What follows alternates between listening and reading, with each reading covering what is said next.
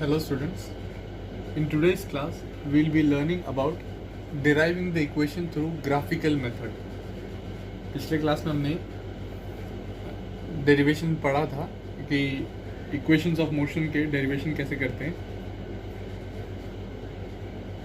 First equation is v is equals to u plus at.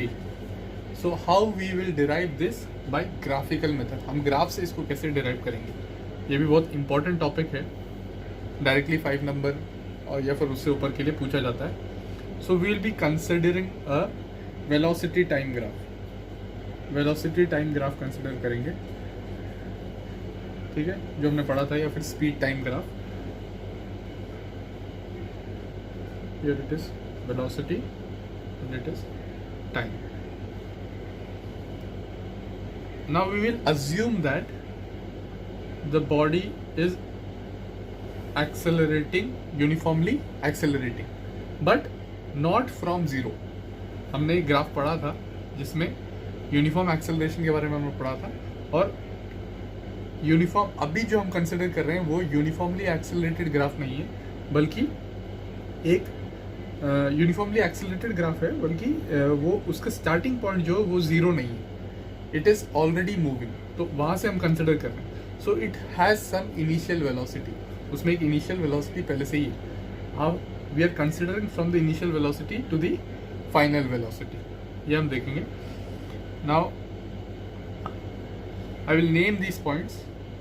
Late this be O, A, B, C यहाँ दे देते हैं, और ये D. So this is the graph. This is the graph of a velocity time face. Now how to derive this equation from this graph.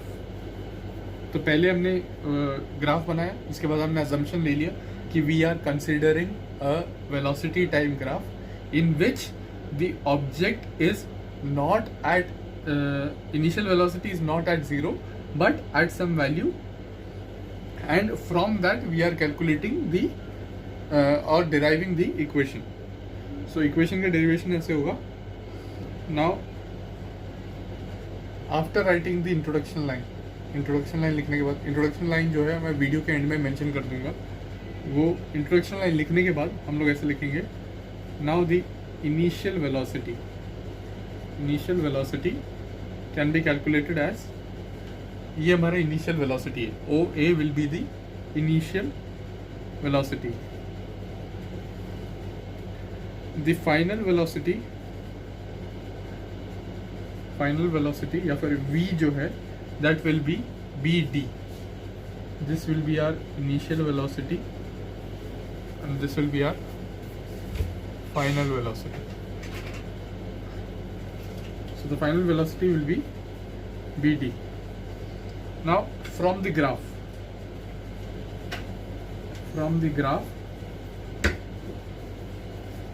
we can see that bd is equals to bc plus cd. तो हम bd को कैसे लिख सकते हैं?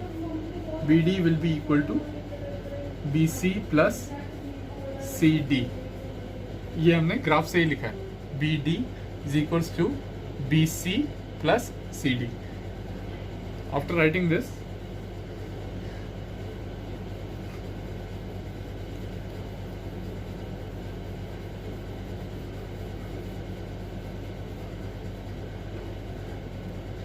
our final velocity, that is V, is equals to BD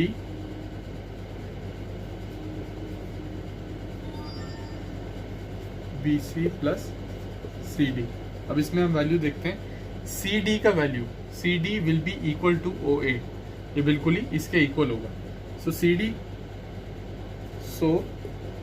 CD can be written as OA. तो CD के बदले हम OA भी लिख सकते हैं. That is BD will be equal to BC plus OA. CD के बदले हमने OA लिख दिया, and OA is equals to initial velocity जो हमने पहले लिखा था. So BD will be equal to BC plus U. BC plus U। जब BD जो है ये हमारा फाइनल वेलोसिटी है, that is V। V is equals to BC plus U। BC का वैल्यू हमें यहाँ दिख रहा है, यहाँ हमें फिलहाल पता नहीं है। Now to find the value of BC we will be calculating the slope. इस स्लोप को निकालना पड़ेगा, and slope as we have learned is the acceleration. जो स्लोप होता है वो एक्सेलरेशन के बराबर होता है। स्लोप जो है एक्सेलरेशन के बराबर है, तो हम ऐसे लिख सकते हैं acceleration will be equal to acceleration, या फिर जो स्लोप है इसको लिख देते हैं since slope is equal to the acceleration, A can be written as, acceleration जो है उसको हम क्या लिख सकते हैं, स्लोप के वैल्यू को BC by AC, BC by AC। और हमारा पहले इक्वेशन था V is equals to BC plus U, ये हमने पहले निकाला हुआ था। ये इक्वेशन 1 दे देते हैं इसको। इक्वेशन 1, अब देखो AC के बदले AC जो है AC is equals to OD, and OD is the time interval.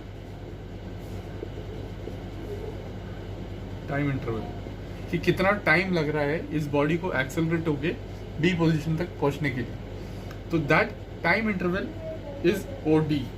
तो OD AC के बदले हम OD भी लिख सकते हैं। OD can be written as AC can be written as OD। AC को हम OD भी लिख सकते हैं। उस सेंटेंस के बाद हम लिखेंगे OD is the time interval। मतलब कितना टाइम लग रहा है। OD is the total time, पूरा टाइम ही। सो OD और OD is equals to T। OD is equals to T। After this we will right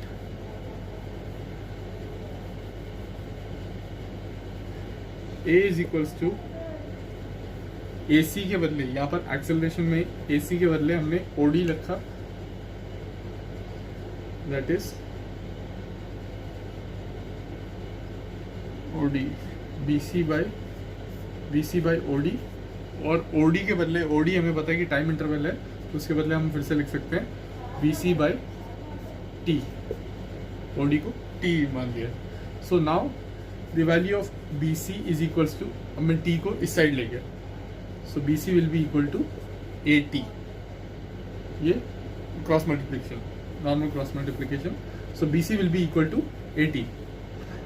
now जो इक्वेशन 1 हमने लिखा था, equation 1 was V is equals to BC plus U। Now instead of BC, from equation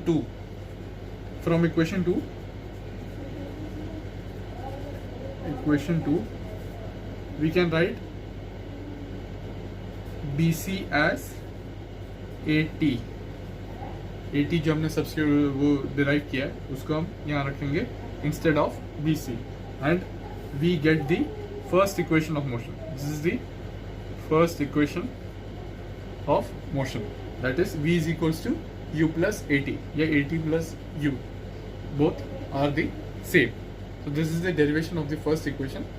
Now we will start with the second equation from the first equation also. So we will take the same graph, we will be using the same graph. First equation यहाँ खत्म हुआ। कभी कभार question आता है कि first और second equation कभी कभार एक साथ देने को आता है, या फिर कभी कभार सिर्फ सेकंड इक्वेशन देना है। तो सेकंड इक्वेशन करने के लिए भी हमें फर्स्ट इक्वेशन डिराइव करना पड़ेगा। So it is a little lengthy process but easy.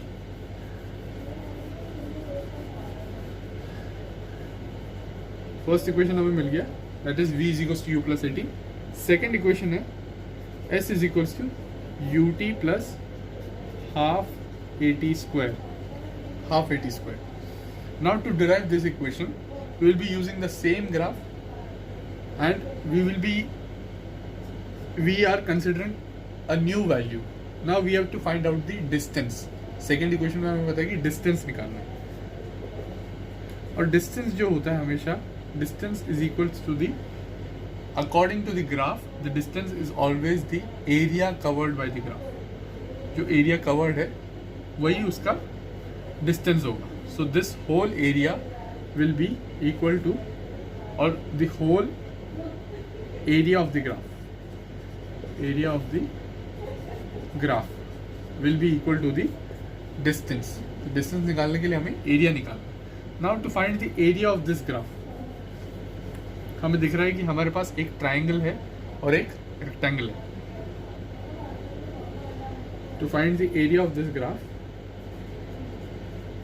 area can be calculated by finding the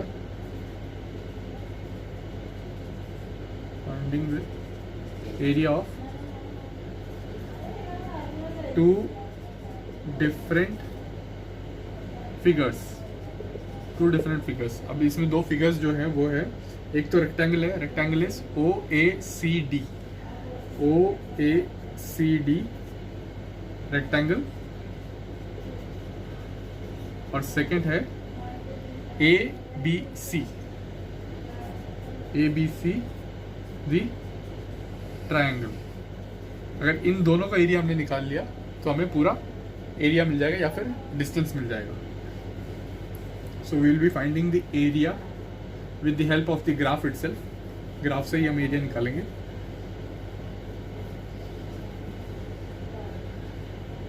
first the area of the rectangle, area of rectangle will be, rectangle जो है OACD. So the area of the rectangle is equals to L into B. Formula सबको पता है. and the length here is AC या फिर OD into OD into OA. This is the length and this is the breadth. OD के बदले हम time लिख सकते हैं क्योंकि हमें पता है पूरा टाइम इंटरवल है. And OA as we had considered वो U होता है जो हमने पहले ग्राफ में लिया था. तो हम जब भी सेकेंड कर रहे हैं तो हमें फर्स्ट भी करके दिखाना पड़ेगा. So area of the rectangle is, right it completely, मैं भी छोटा शॉर्ट में लिख रहा हूँ. So area of the rectangle will be equal to U into T, and now we will find the area of the triangle.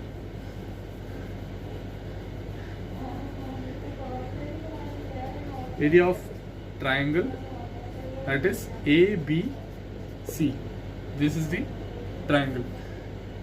Now to find the area of the triangle, the formula is half into base into height.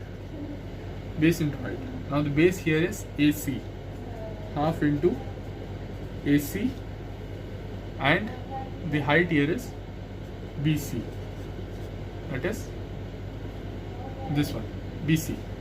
So half into AC into BC. AC के बदले हम लिख सकते हैं half into OD. AC is equal to OD. So AC के बदले हमने लिखा OD, और BC का वैल्यू हमने फर्स्ट में फाइंड किया था, दैट इज 80. फर्स्ट इक्वेशन में जो हमने उधर मेंशन किया था तो उसमें फाइंड किया था, that is 80. And OD can be written as T. OD जो हमारा पूरा टाइम इंटरवल है. So this results to be half 80 square. तो एरिया ऑफ द ट्राइंगल हमारा निकलता है half 80 square. Now we will combine both of them.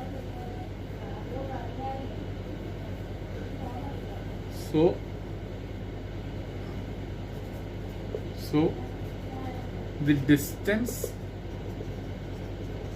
traveled by the object that is S will be equal to area of triangle plus area of rectangle. Area of rectangle हमने निकाल लिया, that is UT, और area of triangle हमने निकाला half AT square, and this is the second equation. ये second equation भी हमने graph से ही निकाला. So remember that to do the second equation we have to first do the whole process of first equation also. Now for the third equation of motion is v square minus u square is equals to 2as. So इस equation को find out करने के लिए we will be finding the area of the trapezium. जो area अभी हमने calculate किया था एक ट्राइंगल और एक रेक्टेंगल का, सेम वही अब हम लेकिन एक साथ निकालेंगे. The area will be calculated together. अब ट्राइंगल और रेक्टेंगल करके नहीं, बल्कि एक trapezium that is OABD. We will be calculating the area of trapezium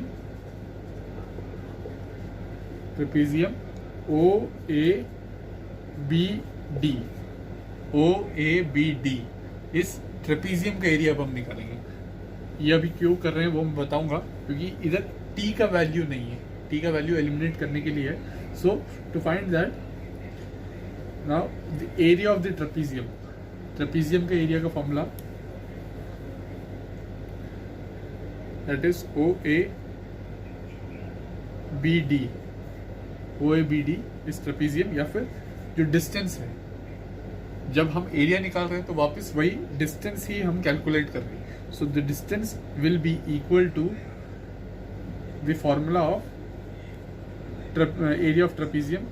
area of trapezium का फॉर्मूला है sum of parallel sides into height divided by 2.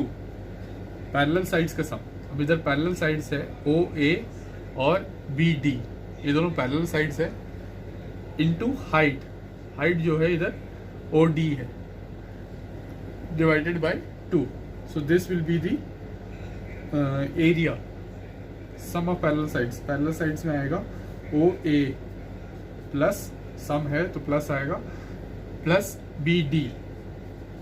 ये दोनों पैरेलल साइड्स हैं OA एंड BD जो है ये दोनों पैरेलल साइड्स हो गए, into height will be this OD divided by 2. This will be the formula for this. Now we will be putting the values. इसके वैल्यूज हम डालेंगे.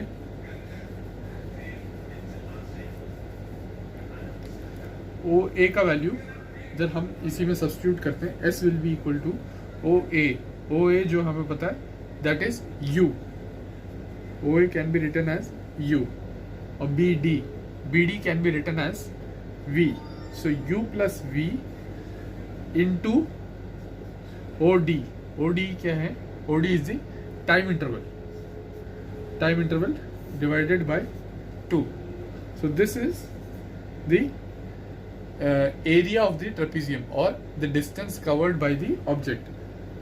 But in this case we have to eliminate. हम third equation पढ़ रहे हैं और third equation में कहीं पर भी T का वैल्यू नहीं आता. तो इस T को एलिमिनेट करने के लिए हम क्या करेंगे, from first equation of motion we can write that v is equals to u plus at. ये हमारा फर्स्ट इक्वेशन है, पता है. अब t को मैं अलग कर देता हूँ. सो u इस साइड जाएगा, v माइनस u हो जाएगा, एंड इस a को मैं नीचे ले आऊंगा. सो t will be left out. This will B equation. इसको इक्वेशन 2 रख लेते हैं और इसको इक्वेशन 1 रख लेते हैं. ठीक है. अब t मैंने निकाल लिया फ्रॉम द फर्स्ट इक्वेशन से मैंने t निकाला, and I will be substituting this value of t in equation 1. Now substituting 2 in 1 क्या होगा, वो लाइन लिख लेना. Substituting 2 in 1 s is equals to u plus v, और t के बदले हम लोग अब क्या रख रहे हैं, वो जो वैल्यू अभी हमने निकाला था, that is v minus u upon a, या फिर 2 into a आ जाएगा. ओके, नाउ ये जो 2a है हम उस साइड लेके जा सकते हैं, that is 2as is equals to u plus v और v प्लस u, इसको v प्लस u रख लेते हैं, v plus u into v minus u. Now this is a formula और mathematical formula, that is a plus b into a minus b. So it will be 2s will be equal to v square minus u square. Mathematical formula लगाया है तो a plus b into a minus b will change into v square minus u square, या फिर a square minus b square. So this will be the third equation of motion, and we have derived this through the graphical method. ये graphical method से हमने derive किया. So this question can be asked directly 5 number के लिए ज़्यादातर पूछा जाता है कि डेरिवेशन हमें करके दिखाना है by graphical method. The last topic of the chapter is circular motion. So whenever a body moves in a circular path, जब भी कोई ऑब्जेक्ट या बॉडी एक सर्कुलर पाथ में मूव करता है, then it is known as a circular motion. Definition जो है बुक में भी दिया है, you can look there. Now let us take an example. एक पत्थर हमने एक थ्रेड से बांध रखा है, and I am rotating it, मैं उसको घुमा रहा हूँ, ठीक है. So there is a force which is helping me to rotate that stone. वो पत्थर को घुमाने में एक फोर्स लग रहा है, एंड वो एक सर्कुलर मोशन में घूम रहा है. इसको मान लो कि ये थ्रेड है, दिस इज द थ्रेड या जो धागा जो मैं यूज कर रहा हूँ, और इसकी एंड पर एक स्टोन लगा हुआ है, and I am rotating that. अब ये जो है सर्कुलर मोशन में घूमता रहेगा. It is changing its position after each and every time और each and every time interval. So there is a force which is helping this to rotate और this stone to rotate. So जो भी body circular motion में होती है, circular motion में जो होती है, it is all governed by a force called, the force which helps in the circular motion is known as centripetal force. Centripetal force. So the force which is governing the circular motion of any object. तो example जैसे अभी हमने बोला, stone thread से बांध के जब हम घुमा रहे हैं, so the centripetal force is provided by my hand. उस जगह पर मेरे हाथ के थ्रू जो फोर्स लग रहा है, that is the centripetal force acting there. And there can be many examples. अब एक मेन एग्जांपल जो आता है, that is moon revolving around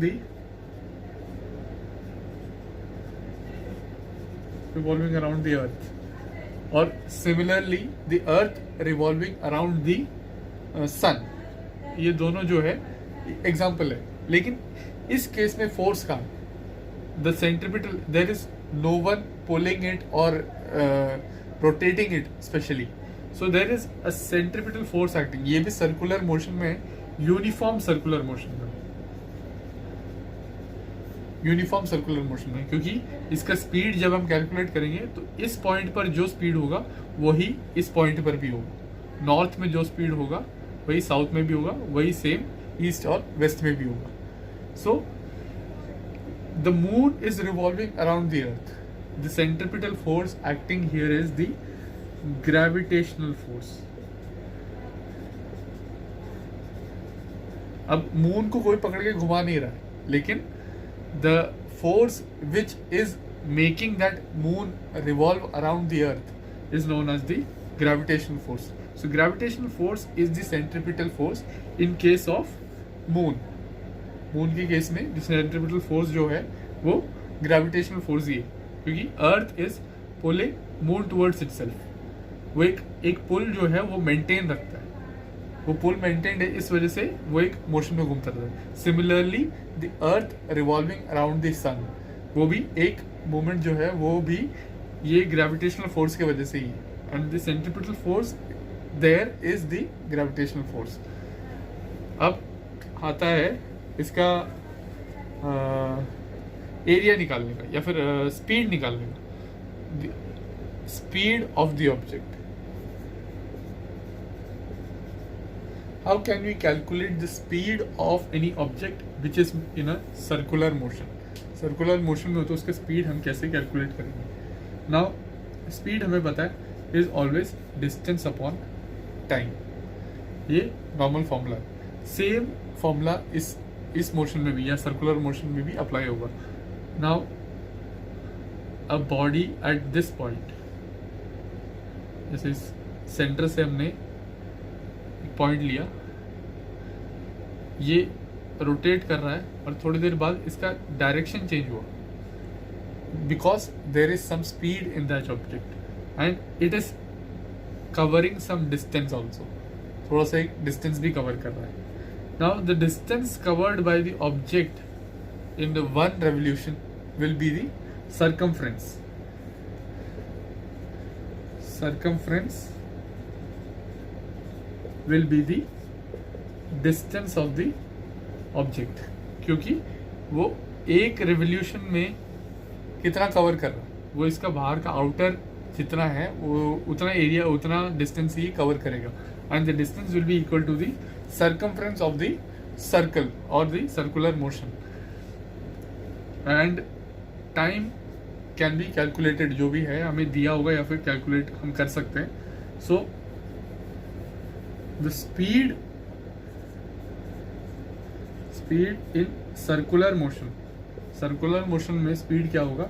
distance जो है circumference, that is 2 pi r.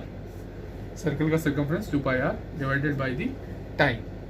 This will be the speed of the object in circular motion. We will understand this topic with the help of an example or a question. The question is, a cyclist goes around a circular track once every 2 minutes. If the radius is 105 meter, calculate the speed. एक cyclist है, वो एक circular track पर है and we are given the radius is 105 meter. And one more thing is given, he covers the track in every 2 minutes. Her 2 minute में वो एक चक्कर पूरा लगा लेता है. So from the starting point till the starting point again he takes 2 minutes. So to calculate the speed का formula हमें पता है, that is distance upon time, और इस केस में डिस्टेंस है 2 pi r upon t. So r is given to us, that is 2 into पाई के बदले मैं वैल्यू डालता हूँ 22/7 into r, that is 105. Now time जो है, इधर हमें डिस्टेंस जो है मीटर में दिया एंड टाइम जो है मिनट में दिया, तो मैं मिनट को पहले उसको कन्वर्ट कर लेता हूँ. वी आर गिवन 2 मिनट्स, उसको एक सर्कल कंप्लीट करने में 2 मिनट्स लग रहा है. सो 2 minute can be converted into seconds, that is 120 seconds. तो 120 सेकेंड्स में वो एक रेवोल्यूशन कंप्लीट कर रहा है, ये एक रोटेशन कंप्लीट कर रहा है. तो टाइम मैंने इधर लिख दिया, दैट इज 120 सेकेंड्स. वो मैंने कन्वर्ट करके लिखा है क्योंकि हमारा स्पीड जो है मीटर पर सेकेंड में आ जाएगा. सो this can be calculated as 35, so 60, this is again 11, 30,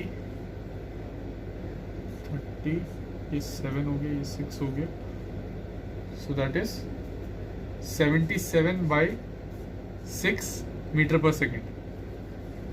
The answer is 77/6 metre per second.